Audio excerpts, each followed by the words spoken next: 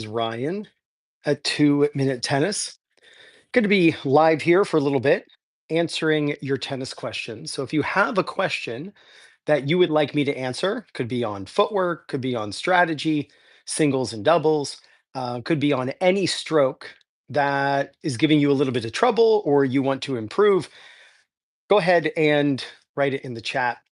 And I will, while I'm live, be able to answer it. All right, let's go over something that is going to make such a simple difference for so many of you who struggle to rotate on the forehand. If you struggle to rotate on the forehand, and just make it very clear, we want to rotate the body as we hit. We don't want to hit with our arm. It is not just in your body that you get your body to rotate. It's not like, well, my body didn't rotate, so it's my body's fault. The number one reason why players struggle to rotate their hips on a forehand and they're forced to just hit with their arm is the non-hitting hand.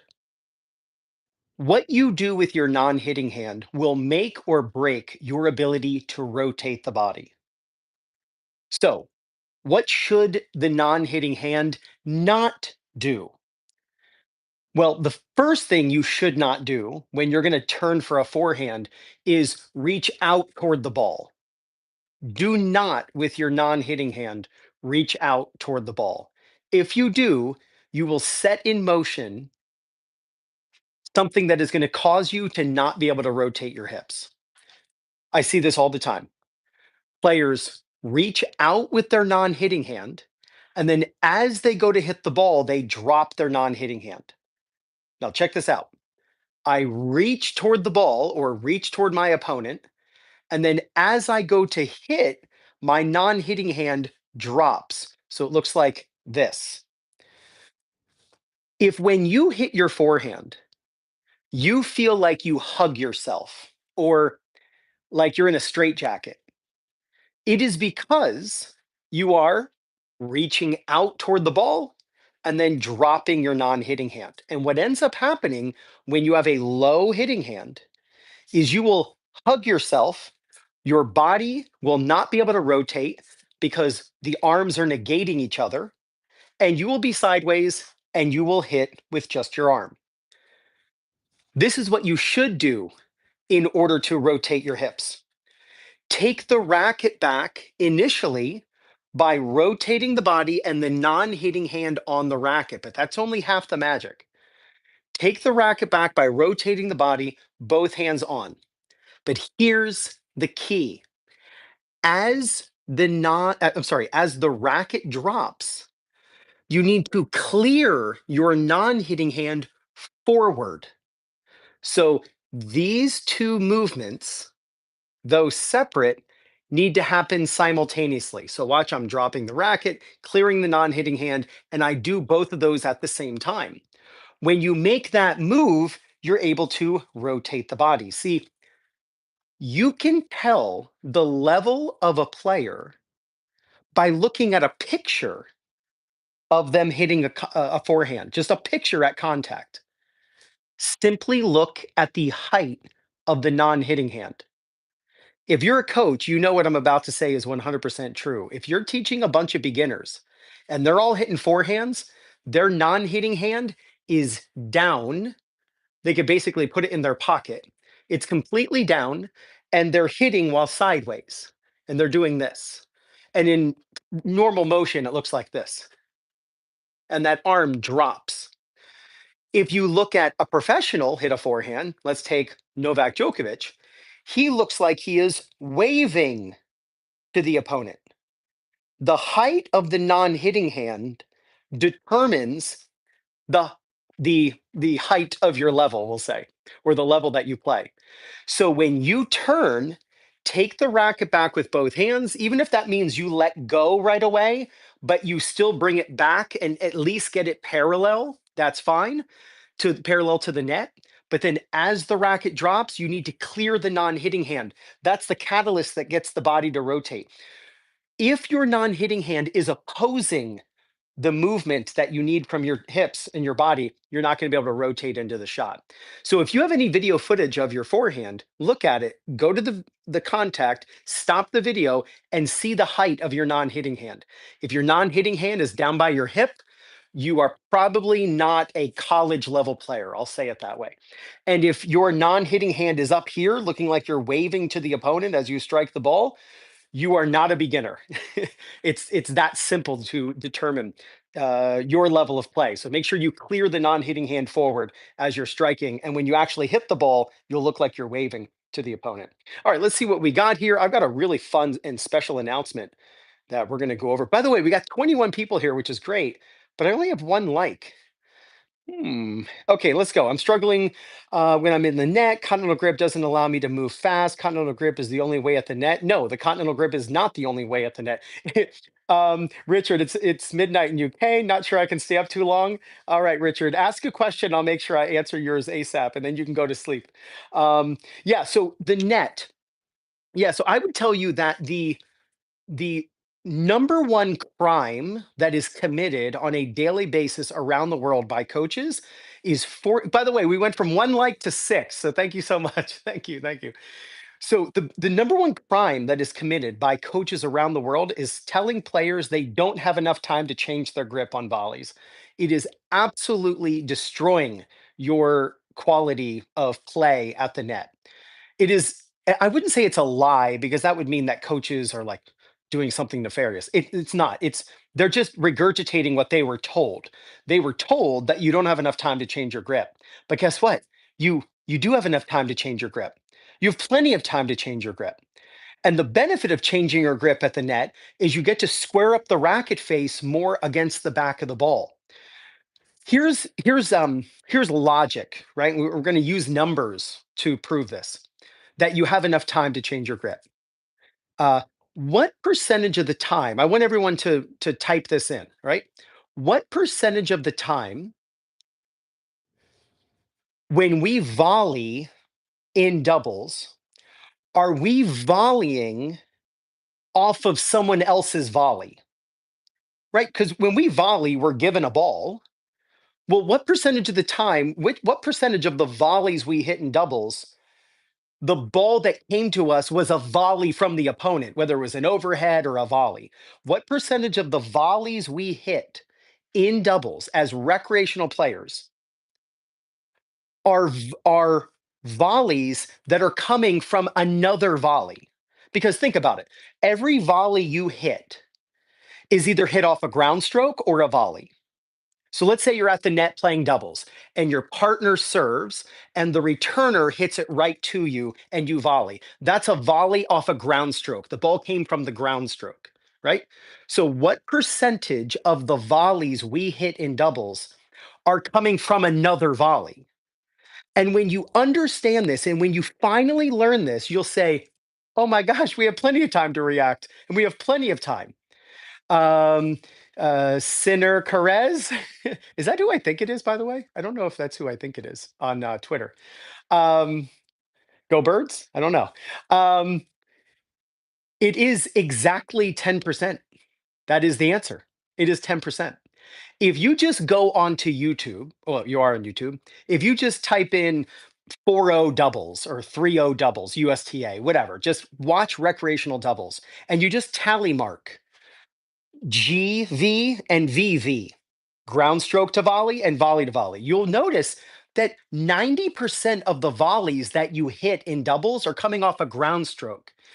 Yet the example and the rebuttal to what I teach and what Vic Braden taught of there's enough time to change your grip. What's up, B man? Good to see you here.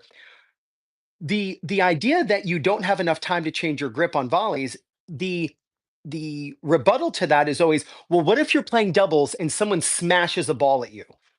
And I love it when I ask the person, well, do you play doubles? They're like, no, I hate doubles. I only play singles. Like, then why are you even asking that question? It doesn't even pertain to you.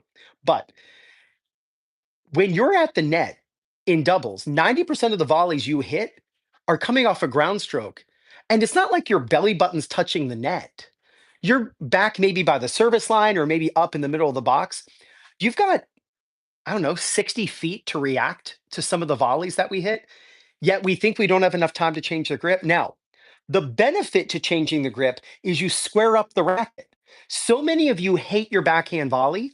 So many of you hate your backhand volley because your racket face is wide open and you end up chopping. And why is the racket face wide open on your backhand?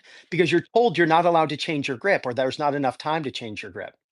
There is plenty of time to change your grip in doubles 90% of the time. And in singles, how many times do you go volley to volley in singles? Almost every volley you hit in singles, you have enough time to change your grip. So, no, is the continental grip the best volley to use? Not by a long shot. In fact, I don't use the continental grip on either volley, and I don't teach a continental grip on I. Well, there are certain circumstances I do use a continental, and that would be on a low backhand volley.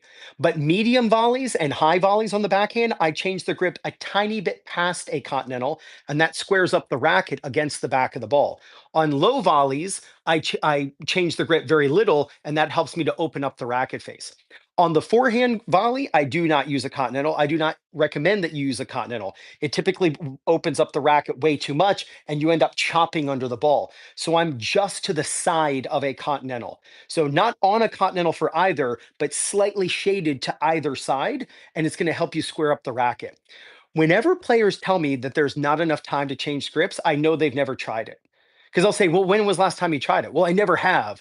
It's always the players who have tried it who say, oh, yeah, there's plenty of time to change the grip. And it produces quite a nice volley, especially on the backhand. It's really nice. So give it a try. All right, guys, really quick here. In the description, you're going to see something, and I'm going to do a giveaway tonight of a free video analysis lesson. This is usually $160, but I'm going to give one person tonight, hopefully. Uh, I'm going to pick one random person to have me analyze you. It's very simple. You would send me videos of your serve or your forehand or your backhand, or you want me to analyze a whole match, and I'll show you why you lost or how you can win. These lessons are normally 30 to 60 minutes long. Prefer continental, but to each their own. You got it, B man. Absolutely, to each their own. I'm not telling you you have to change the grip. I'm just telling you there's enough time to change your grip if you choose to. Yep. So very good, B man. So here's the thing. In the description, you are going to see something that I just created called the top 50 fixes. If you grab the top 50 fixes during this live stream, and I'm going to be live for maybe another half hour, 45 minutes, I will see that you got it. I'm going to pick one random person who grabs the top 50 fixes to win a $160 analysis with me. It will be the best tennis lesson you ever take, guaranteed. I will put you side by side with the pros, show you what you're doing correctly and what you need to improve. Maybe you've even seen on my channel real video analysis lessons that I've done, and I'm going to choose one person. If you click the link in the description and you go to my website and you grab the top 50 fixes, which is $50, and it's the top 50 mistakes I see from recreational players every single day who send me videos. I have a whole video analysis business. I don't teach on court anymore. I haven't taught on court in over a year. And I taught for 24 years on court. And then I figured out how to run a business where I just teach players around the world and not have to go on court. And so now I want to offer this. I'm giving away a $500 Tennis Warehouse gift card on Christmas to anybody who signs, oh, not to anybody, but there's going to be a drawing for it. So if you just click the link, you'll see all the stuff that comes with it. I am so proud of this product. And if you grab it during the live stream, I will see that you purchased it. I will take, if you're the only person who purchases it, by the way, you're guaranteed to win during the live stream. But I have to be live because this is going to go up on YouTube and it's just going to sit there for years. If you purchase it during that time, you're not in the drawing for this drawing that I'm doing right now. So click the link in the description. You'll see what it's like. If you are interested, then awesome. Anybody who grabs it during the live stream, I will give away one lucky person. And if you're the only one who gets it, you're guaranteed to get the analysis. So I'm really, really excited to do this. All right, let's see what we got here because we got other questions. I'm going to try that grip change, at least on the backhand side. Yep, change the grip. Not all the way to an Eastern backhand, but just a little bit past a continental. And you'll feel, wow, it's really squares up the racket against the back of the ball. All right. Great tip on keeping the racket near 45 degrees on the volley on the recent video. Tore it up earlier today at the net. Phenomenal. So many of you, B-Man, thank you so much for telling me that that video helped you. Obviously, I made that video right here. When you turn for a volley, you don't want the racket straight up and down. Whenever the racket's straight up and down initially, it's going to end up upside down. You want to turn with the racket 45 degrees, then you can keep the racket at that angle. So many of you turn on a volley like this. This is a weak wrist position, and you'll never want to hit in this way, and you won't want to or even stay in this position. You'll try to find the 45 degrees, but the racket will keep going through that 45-degree angle, and then you end up chopping. So, yes, a lot of players hit volleys like this, where the racket is horizontal. And for those players, I tell them keep your hand below the ball, keep your hand under the racket rather than think racket up. You have to think hand down because the racket's in the right spot. You just got to lower the hand, then you get your racket angle. But for some of you, though, you actually have the racket too straight up and down initially, and that's what produces this. So turn with the feeling of the racket on the outside of the hand, not above the hand, and then you can go through the center core of the ball and you'll hit a beautiful shot. All right, let's see what we got here. Somebody's going to win that free analysis. I have a rhythm problem on my serve. I go too fast at the beginning of the movement and lose momentum during the trophy phase. Do you know how to fix that? All right, Sinner Perez. Okay, here is one thing you can do is toss lower. So if your intentions are to toss high, thinking, oh, if I toss high, it gives me more time. In order to toss high, you have to toss fast. So if you're not thinking of the height of your toss, or you're thinking of tossing high, then your arm is going really fast, your tossing arm. And that's going to produce both arms going up really fast, which is going to make you want to pause and lose momentum. So think of tossing very, very low. When you toss, when your thought process is to toss low, how do you toss low? You toss slow or slowly. So you toss lower by tossing slower, but you can reverse that relationship too, right? You toss low by tossing slower, but if you want to toss slower, try to toss very low. And when you do that, what does it do? It forces you to go fast because the ball's not in the air for a very long time.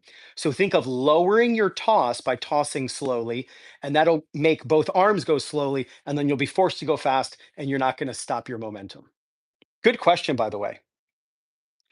The problem is coming from the toss. I can't guarantee that the problem is coming from the toss. Yeah, you got it. But it is it's a good chance that it is. Tip to drop the racket below the ball. Are you talking about on a forehand or backhand? ASDF? Is that what you mean? I'm going to get a Topspin Pro for a second. It's just around the steps. Are you talking about the forehand or backhand? Dropping the racket below the ball? Because I've got the tip, like the tip of all time for this. Forehand. Yep. Here's the best tip you have ever heard, ASDF, on this idea. I want you to hit the ball with the top edge of the racket against the bottom of the ball, like the south pole of the ball. If I use this, I have a foam ball here that fell. I want you to try to hit the ball like this. So here comes the ball. Don't hit the strings, hit the frame. If you try to hit the south pole of the ball with the top edge of the racket, you accomplish three amazing things. You get below the ball, it forces you to swing up, and it gets your strings to face forward. So instead of hitting the bottom of the ball, about 1 out of 4 or 5 times, you'll accidentally miss the frame and the bottom of the ball, and you'll spin like this, and you'll hit topspin like you never have before. Tennis is an edge sport, whether it's your serve, whether it's a forehand, right? Whether it's a backhand slice. We want to approach the ball leading with one of our edges. And so when we hit a topspin forehand, if you're someone who drops level to the ball and smacks into the back of it, you need to trick yourself or fool yourself into hitting the frame. Or I'm sorry, getting below the ball. So the way you do that is to go below the ball and try to hit the frame against the bottom of the ball. So you can toss the ball and try to hit the frame, actually hit the bottom of the ball with a full follow through. What 40% of the time you'll actually hit the frame and the ball will shoot straight up and land on your head. Another 40% of the time you'll swing and miss because, the racket's narrow. But about 1 out of 5 maybe times you will accidentally spin up the back of the ball like you never have before. So ASDF, I think was your name, for just 10 minutes, hit on a ball machine, backhands and forehands, trying to send the ball straight up into the air by hitting the south pole with the top edge. This tricks you into getting the racket below the ball, swinging low to high with the strings facing forward, and you will spin up the ball like you never have before. Will you not hit very high balls then? Can you still drive the forehand that way? Well, if you're not dropping your racket below the ball, you're on one end of the spectrum. I'm trying to get you to the other end of the spectrum, ASDF. So what you're saying is you're talking about the nuance, right? When you're learning, you're not looking for nuance. When you're learning, you're looking for building blocks and basics. And so don't think that the first day you play cello that you're going to start doing vibrato. You're just trying to play Mary Had a Little Lamb, right? Like you're just doing simple stuff. We're not trying to play, Beethoven. So I'm trying to make it very simple for you. You asked how can I what's a trick for getting below the ball? I'm teaching you the trick because everything else that you've heard hasn't worked, right? Which is why you're asking me. And so I'm giving you a tip that you've never heard and never attempted, and this is going to be the thing that finally works for you. Once you get the hang of this, where you start spinning up the back of the ball. And yeah, the ball arcs and gets a lot of spin. Then you can work on the nuance. But we're just trying to get you to hit topspin for the first time. And with practice, you'll get better at anything. 4 or 5 level playing on clay, better to be consistent or end the point as soon as possible. Well, neither. You don't want to you don't want to end the point as soon as possible. What you want to play is correct singles in the 5 phases. See, there are 5 situations when you play singles. By the way, for any of you who are here, uh, I will be giving away a free, hopefully, I'll be giving away a free video analysis tonight during this live stream. I'll be live for maybe another half an hour. It's normally $160. This is where you would send me your forehand, or like ASDF could send me his forehand or her forehand, backhand serve, whatever. Or you want me to analyze an entire doubles match or singles match for you, show you why you won and how you can repeat, or why you lost and how to beat certain opponents. These lessons are absolutely unbelievable, and I've uploaded these types of lessons to YouTube for you to see. I'm going to be giving one lucky person. I'm going to be doing a drawing. If any of you grab my top 50 fixes, which is on my website, and you can check it out in the link in the description. If you grab it during the live stream, anybody who does, I'll put them in a drawing and I will pick the one winner. If you're the only one who gets it, then you're guaranteed to win. And if nobody gets it, then nobody wins. That's how it works. All right, let's talk about singles. So click the link in the description. It'll say top 50 fixes. Check it out while I'm doing this, and you'll see it's awesome. I'm giving away a $500 Tennis Warehouse gift card on Christmas Day. I'm giving away free lessons with me. It's about $5,000 worth of stuff that I'm giving away with the top 50 fixes for $50. Okay, really simple. When you play singles, there are 5 situations. 5 situations. That's it. If you play singles, you're just trying to get better at the 5 situations. And they are serving, returning, rallying, you're going to the net, or your opponent is going to the net. It doesn't matter what is happening at any given time. If you're playing singles, you are doing one of those things. You're either serving, or you're returning, or you're rallying, or you're going to the net, or your opponent is going to the net. It is that simple.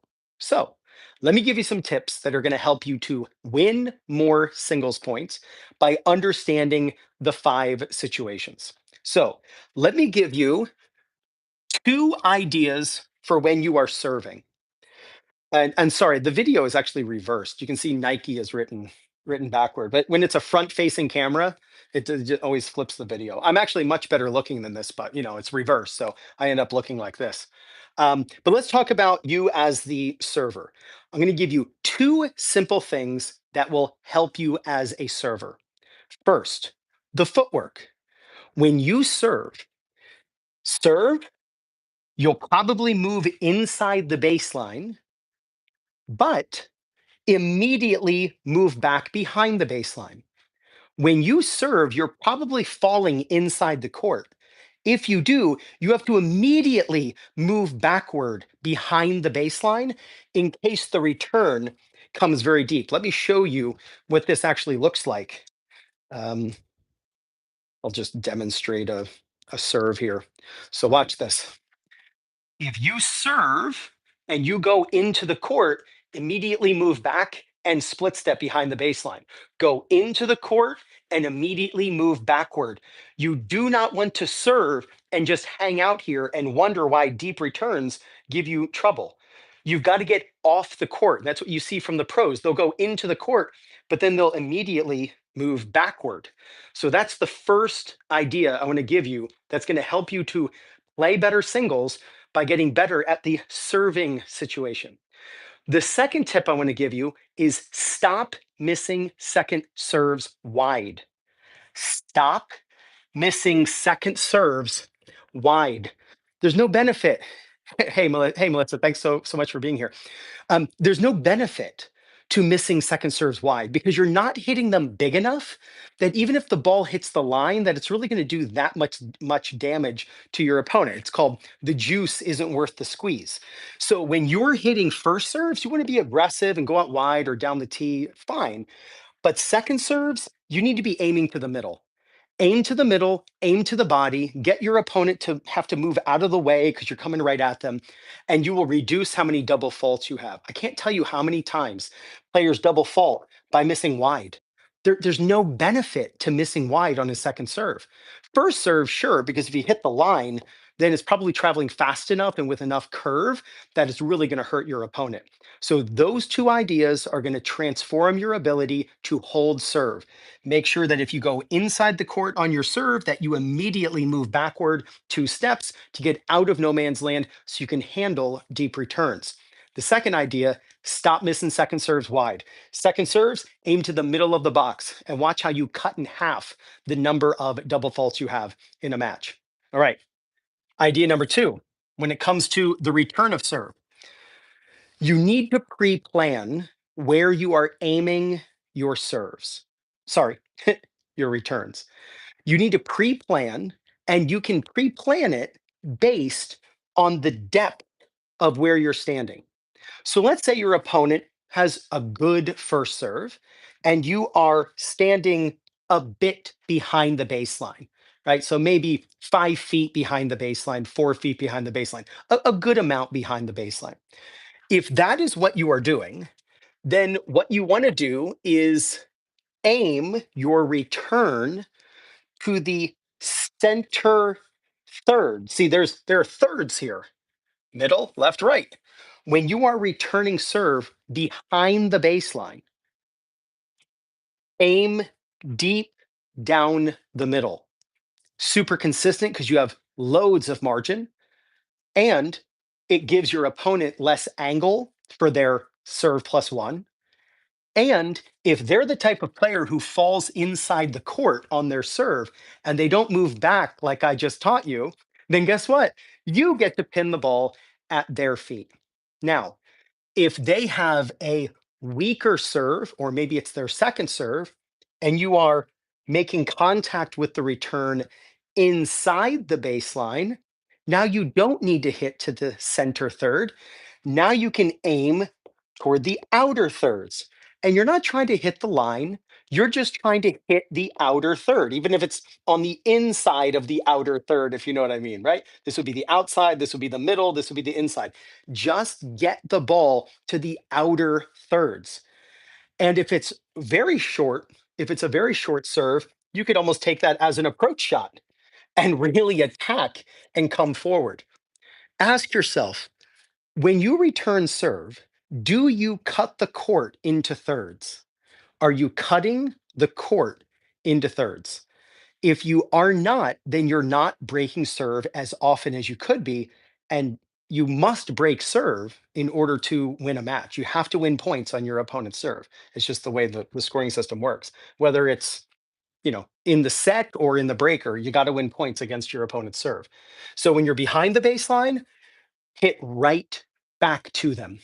If you're inside the baseline returning serve, think of hitting the ball toward the outer thirds, being more aggressive, and then coming forward. Singles, and really tennis in general, but very much singles, is nothing but situations that you need to have pre-planned ideas on what you're going to do in that situation. So from the footwork on the serve to where you're going to aim your second serves, everything is pre-planned. Where you're going to aim first serve returns, where you're going to aim second serve returns, it's all pre-planned. And I don't even mean pre-planned 5 seconds before it happens. You could determine this tonight for for a match that's in 2 weeks. You could say, okay, that's it. Behind the baseline, I'm hitting right down the middle. When I'm inside the baseline, I'm being more aggressive and I'm going more to the outer thirds. Tennis is just situations. You want to know the technique, strategy, and footwork to use in the situations. All right. Now let's look at when you are rallying.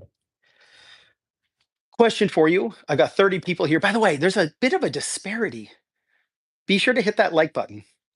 We got 13 likes, and that's a bad number, right? Somebody's got to hit the like button to change that. But don't unlike it because then it'll go down to 12. So when you are in a rally situation, I've got a question for you. What percentage of the time do you pick an air target during your rally? I want everyone to give me a number with a percentage mark. All right, I'm going to get a sip of water here. What percentage of the time when you're rallying do you have in your mind an air target, an exact height you want the ball to pass, whether it's low and a foot over the net, or high and 10 feet over the net, or 4 feet over the net and it's medium? What percentage of the time? I'm not saying do you hit your target. I'm saying just what percentage of the time do you have a target? Let's see what we got here. We got 100. We got 0. Excellent. These are all great numbers. Every number you write is going to be great. Let me get a sip of water here. Let's see what we got. Just try to get the ball past the net. I think you'll be surprised that what I give you, Goozy, is going to make a difference.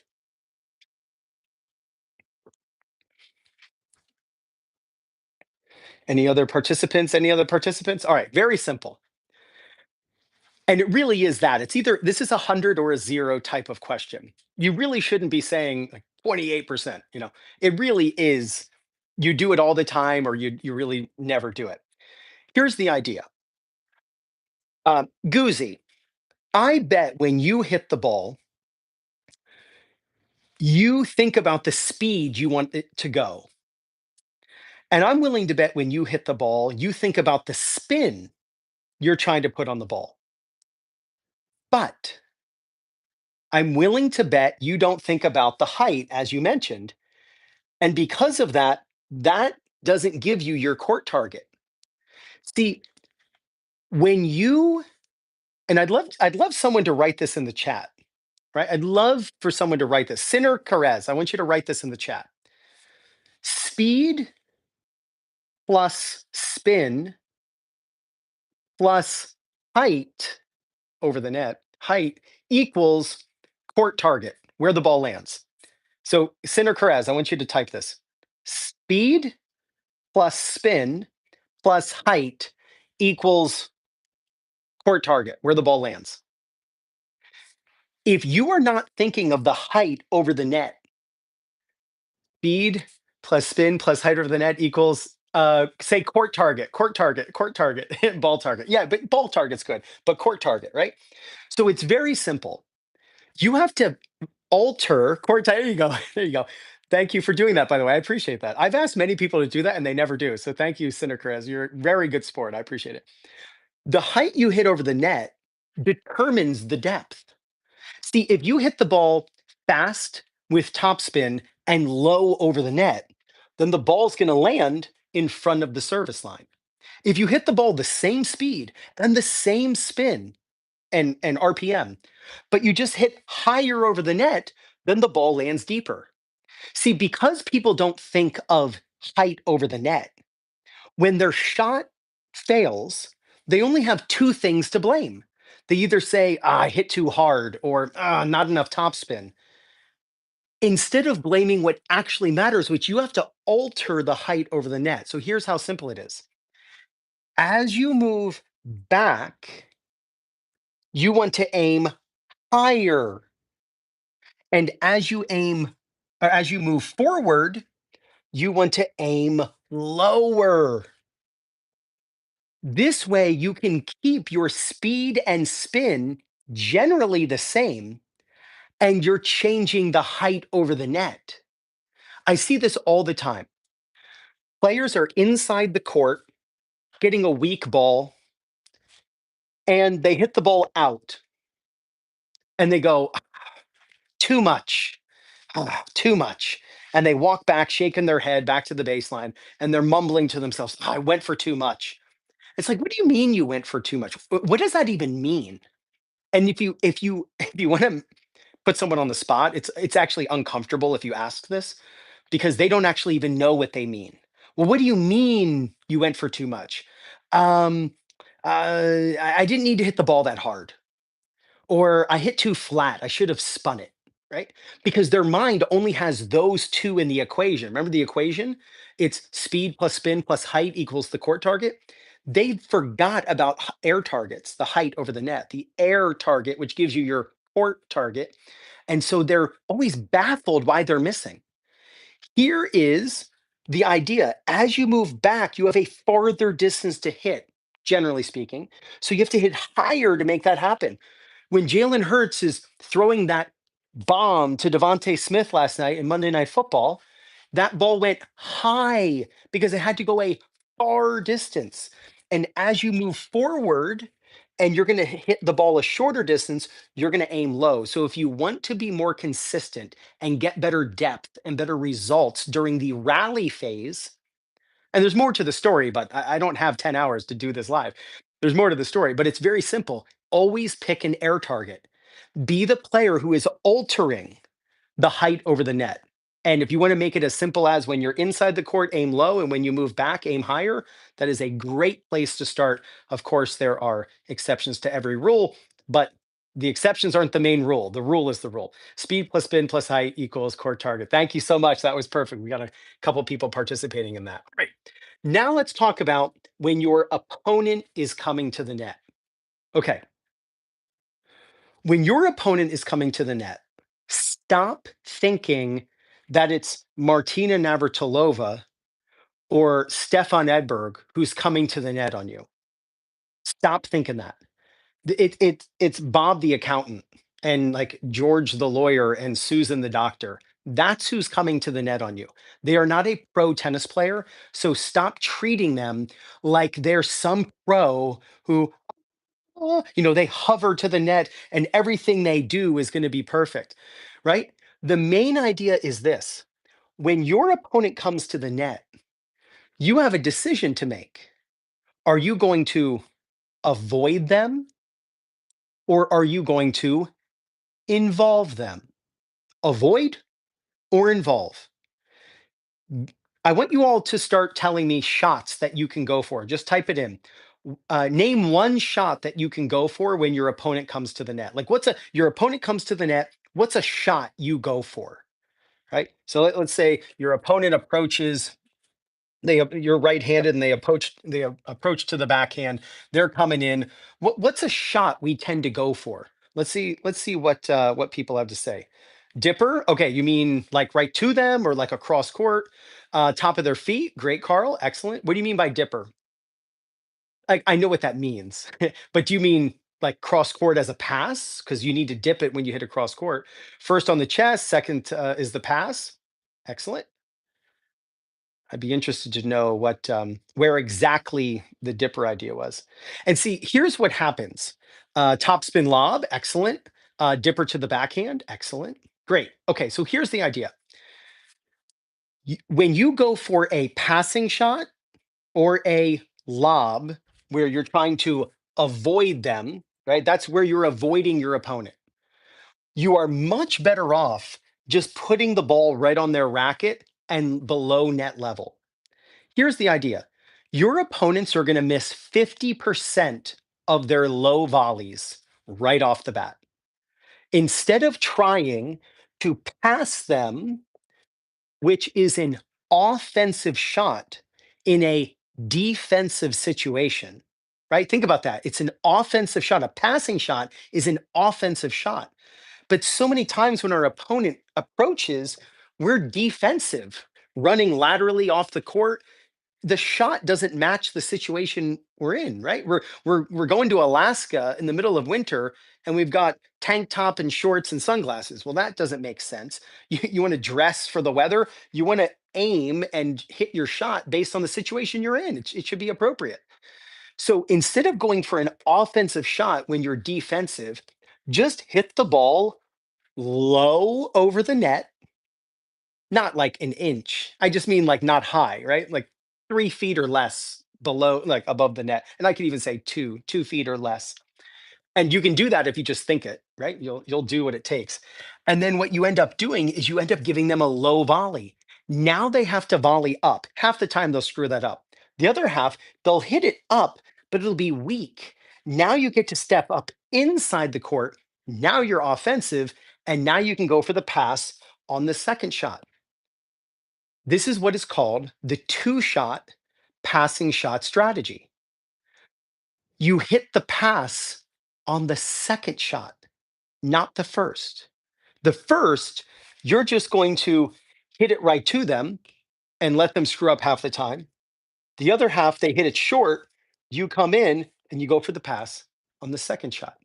If you think of using two shots to beat your opponent, rather than one when they come to the net and you put the first ball right on them, you will see how many times they screw up because your opponents, and we'll talk about this, your opponents will most likely not split step. This is what I do for a living, right? I analyze about 5 to 6 people a day all around the world. I had a lesson, a live Zoom lesson today with a gentleman in Paris teaching his 12-year-old daughter. And we're going over match analysis, I'm sorry, match footage of her recent tournament this past weekend. And we were going point by point and why she lost, why she won.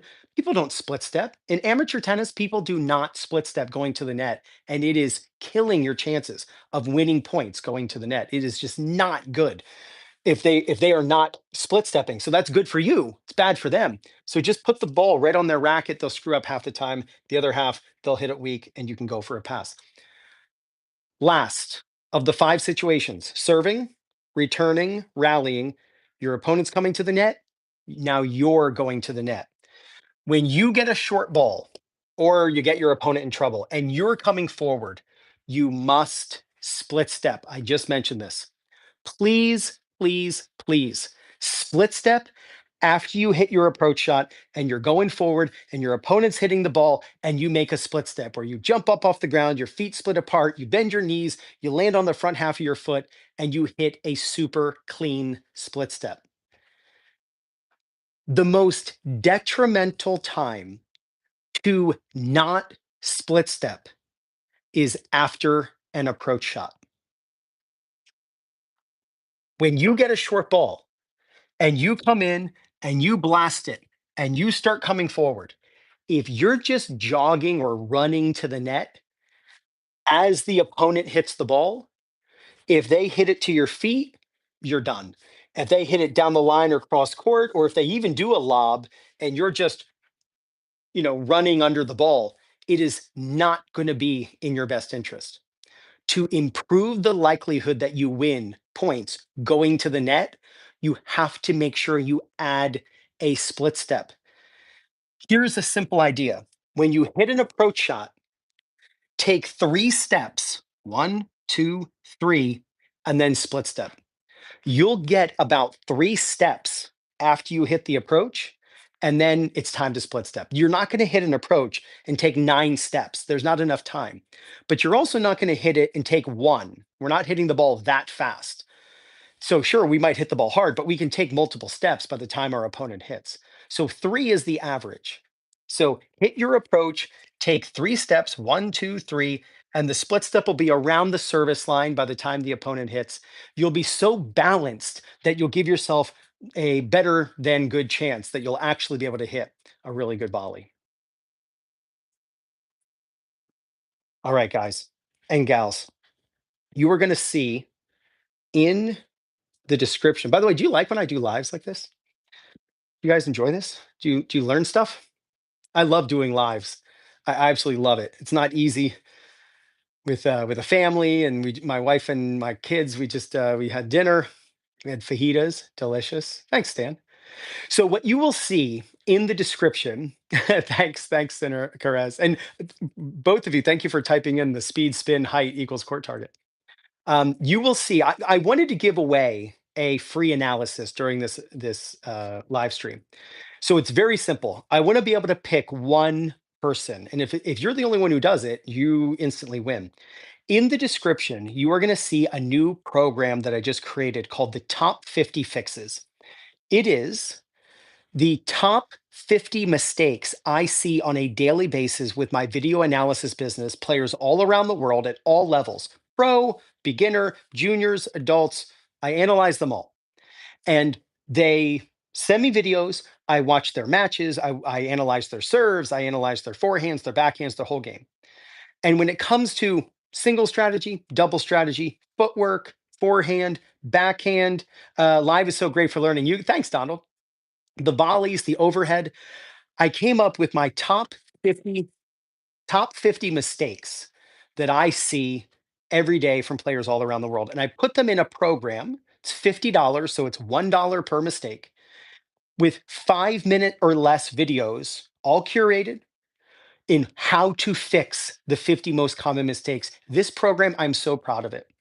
If you grab it during this live stream, you will be in the running to win a free analysis that I will give away during the live stream. Why center forehand not recommended for recreational players?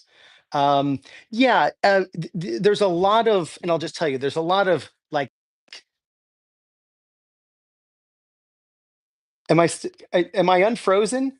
Did I look like I froze for a second? I got a phone call. I'm back. Okay, that was a pretty scary face I had, wasn't it? That I froze. I even looked at myself like, "Oh gosh, that's what I look like? It's awful." Um, but okay, so let's go over this. Sinner. Sinner seems to be gravitating his grip a bit. He was on a semi, and now he's starting to turn a little bit past a semi. So right there, I don't recommend that. But just there's so much lag. He really pulls this arm in, which I'm not a huge fan of. I think what it does is in recreational players, I think it promotes over rotation. Um, when it comes to forehand technique, I am a huge fan of the Djokovic forehand. I think the Djokovic forehand for rec players, if you just got a bunch of rec players and just gave them the magic pill and had them hitting Djokovic forehands, even Diego Schwartzman forehands that are just so simple because we're not as athletic as these guys. Let's be honest, right? We might want to play like them, but we just can't. We're not as athletic as Rafael Nadal. That's like saying we're as athletic as LeBron James, right? We're just not. Like we have to appreciate how athletic these players are. Um, so yeah, from the extreme grip, not that it's crazy extreme, but it's a little past a semi-western now. A lot of tilt, just and the racket's quite low sometimes, and just there's a lot of lag. It's just it's not. I'm not a huge fan of it. What I am a fan of his forehand. I'm not saying I would change it. I'm talking about rec players copying it. If I were his coach, I would never change his forehand. His forehand's amazing. I'm not saying I'm not a fan of his forehand. I love his forehand. I'm talking from a recreational player's perspective, looking at it, saying, I'm going to copy the grip. I'm going to copy the prep. I'm going to copy the lag. I don't think what I see is that rec players will copy it, but they'll play worse. They think it looks cool, but it just doesn't perform.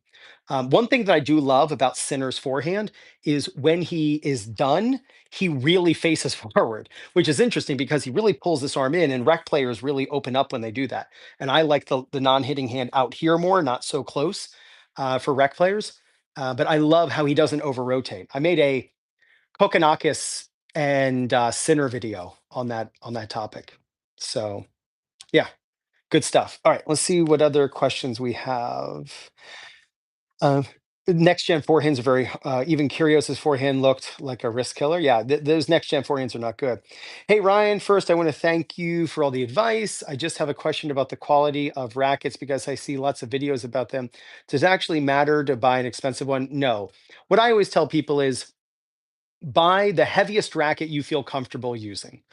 Light rackets are great until you have to hit the ball. So if you're wondering what racket to get, don't get too flexible a racket because if you get too flexible a racket, you're going to feel like you have to overhit in order to get anything from it. And but at the same time, those tend to be the heavier ones. But go bump up the heaviness of your racket. I think most people look at a racket and maybe not the most experienced ones, but more novice players or more intermediate rec players, they think that a lighter racket is good. But just remember, contact, it's a collision. And do you want to be driving a Mazda Miata, or do you want to be in you know, a Land Rover? What would fare better when it comes to a or like a Mercedes? What like well, a Volvo, that would be the best in a collision. But what's going to fare best in a collision, right? Something with meat and beef to it, not something that's just light and whippy. So look for something a little heavier. It plows through the ball. You have to get used to when to swing because it does take a little time to accelerate the racket. But I would err on the side of heavier. As a mid 40s man, how should I avoid injury or do things to avoid injury before a game? Oh, it's all about the warm up. Get jump rope and literally just jump rope. I'm right there. You got it, the watcher. I turn 47 tomorrow. Tomorrow is my birthday. I'm 43, playing 3-0, but suffering from plantar fasciitis. Any suggestions to avoid in the future? It could be the shoes. My daughter's actually going through PT for that right now for plantar fasciitis. I think just anything that I could tell you would not be worth, the words coming out of my mouth. That to me, that's a Google search. That is definitely not my forte. I apologize. Thanks, B man. Thank you. Yeah, tomorrow. I'll be 47. Yeah, Joker, Carl, I completely agree. I completely agree. Let's see here. Thank you, everybody. Thank you, thank you, thank you. I know a lot of you. Oh, wait. In doubles, where should my partner and I position ourselves after hitting a cross court drop shot? It depends. Depends on how. That's a great question. Well, I'll end on that. That'll be our last question. So it all depends on where the contact point is being made, whether the opponent is contacting, thanks, Carl, above net or below the net, right? So, and I wasn't saying that to get all these happy birthdays. It's just somebody said, I'm in my mid 40s. I'm like, I'm right there with you. In fact, my birthday's tomorrow. So let's say this is you and you hit a drop shot, but your opponent is running it down and you can tell that they're going to contact above net level, then you do not want to go forward. You're going to move over. This player could move in even just a little bit if they wanted to, because you have to be afraid if they're going to hit a drop shot. So I would put you in this position if they're going to be contacting this ball above net level. I call this directing traffic.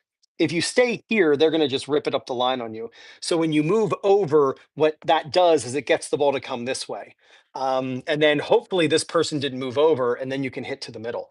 If when you hit the drop shot, then the contact point is going to be below net level, then this player is going to move up, like up, and this player is going to move in a little bit. So in case it's a lob down the line, they can go get it. If it is a drop shot cross court, they can go get it. At 77, oh my gosh, I love learning how to better optimize my game. Thank you, Donald. That's amazing. I'll be 47 tomorrow, so I'm catching up. You look young. Is it from playing so much tennis? Yeah, maybe. Maybe. Thank you so much. Thank you, everybody. Hey, I know many of you ask like how you can support the channel, right? And I have people who leave a super chat or a super sticker on my videos, and I appreciate that so much. I mean, this is what I do for a living, right? Take me up on this. Click the link in the description and check out the new product I just created. It's called the Top 50 Fixes. I give you the top 50 mistakes I see as a video analysis guy. I taught for 24 years on court, 6 days a week. And in fact, when my wife was pregnant, I was teaching 7 days a week to try to make enough money. And because we didn't know how much money it cost to have kids. And then we realized, oh my gosh, I wish there was 8 days a week in a week that I could have worked. Um, Kids are expensive. But uh, after 24 years, I decided, you know what? I'm sick and tired of being connected to a ball basket and beating my body up. And now for the last 4 years, more than 4 years, I quit my coaching business on court and now I just teach online. And so I analyze people. People send me videos of their serve, their forehand, their backhand. If you want me to analyze you, just reach out to me. It's $160. And I'll analyze a whole match or your serve, put you next to the pros. It's great. I do about like 4 to 6 analysis lessons a day, right? It's very busy because my tennis club is the whole world. And so Monday through Friday, I do a ton of analysis lessons. And what I decided was to create a product where I just take all of that info and I say, you know what? I'm going to create a product where I come up with the 50 most common mistakes, and it's $1 per tip. So it's 50 bucks, and it will be better than any $50 on-court lesson you can ever get. Take me up on it. It's in the description. For anybody who signs up now until Christmas, I'll be choosing one lucky person to win a $500 Tennis Warehouse gift card.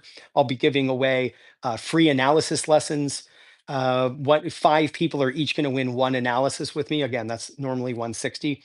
So check it out, and I'm so proud of this product. And if you think it would help you improve, then definitely grab it. All right, one last question. I know I said I was going to do one, but let's see. Oh, who would I pick? Sinner or Alcaraz? Oh man, oh man, oh man. Um, can I cop out and just say I like them equally? I like them equally. Um, I liked Nadal and Federer equally. If I can say that. I liked them more than Djokovic, even though I like Djokovic's game. I think it's from a standpoint. I think it's easier for us to emulate it. His backhand's absolutely flawless. I've done so many analysis of his. No, I'm not allowed to do that. Sorry, Ryan. But I am. Um, yeah, I'm gonna say I like them equally. If they're both playing, I have no skin in the game. I don't choose one. I just enjoy. Drop shot, a drop shot, can't get it. How to do it, Ryan? Oh, drop shot, a drop shot? Oh, okay. So B man, that'll be the last question for tonight. So what I want you to do, B man, is practice having somebody tip the ball over the net. They can stand pretty close. They just bump the ball over the net. You got it, Ryan. And then you're going to run in. And what I want you to do, B man, is I want you to hit the ball up, but make it land still on your side of the court. Hit the ball up, not very high. Hit the ball up and make the ball land on your side of the court. Typically, and I'm taking a stab at it, typically when players try to drop shot a drop shot, which is a great strategy to use, you want to lob a lob and drop shot a drop shot, and you'll be right 90% of the time. They typically hit the overhead, the drop shot too hard, right? So you have your volley grip, you run, you put the racket out in front of you, and you bump the ball and you hit the ball up and you make the ball land on your own side. The reason you're going to do that is so that you can make sure you don't hit the ball too hard. Typically, players, they pull the racket back behind them and they hit the ball way too hard and they're trying to hit a drop shot. So if your intentions, which drive technique, intentions will always determine your technique. If your intentions are to hit the ball up so softly that the ball doesn't even go over the net, it actually goes up and lands still on your own side, you will surprise yourself with the momentum that you have. And even with a small little movement, that you end up hitting a perfect drop shot over the net. So try that drill. If most players struggle drop shotting a drop shot by hitting the ball too hard because they've got all that momentum and they underestimate how much power is in the racket, especially when you're running. If you're running 10 miles an hour and you move the racket at 10 miles an hour, the racket's going at 20, right? And people don't take that into consideration. So when you think of it that way, it'll really help. Thank you all so much. Do yourself a favor, click the link in the description. Check out the top 50 fixes. I have 3 free videos that you can check out. Uh, Double strategy, one about why people get jammed all the time on high balls and why that is and how to fix it. And then I do one about how to stop getting lobbed when you're at the net and the footwork you can use to help you with that. And then that'll give you a sense of what the top 50 fixes are like. So, all right. I will see you inside my website when you click the link in the description, top 50 fixes. And I'm going to do these lives more often. I love doing these. These are so much fun. Thanks, everybody. Oh, look at that. 25 people and 25 likes. I better stop it. I better stop the live before somebody hits the like button and ruins it. All right, guys. I'll talk to you soon.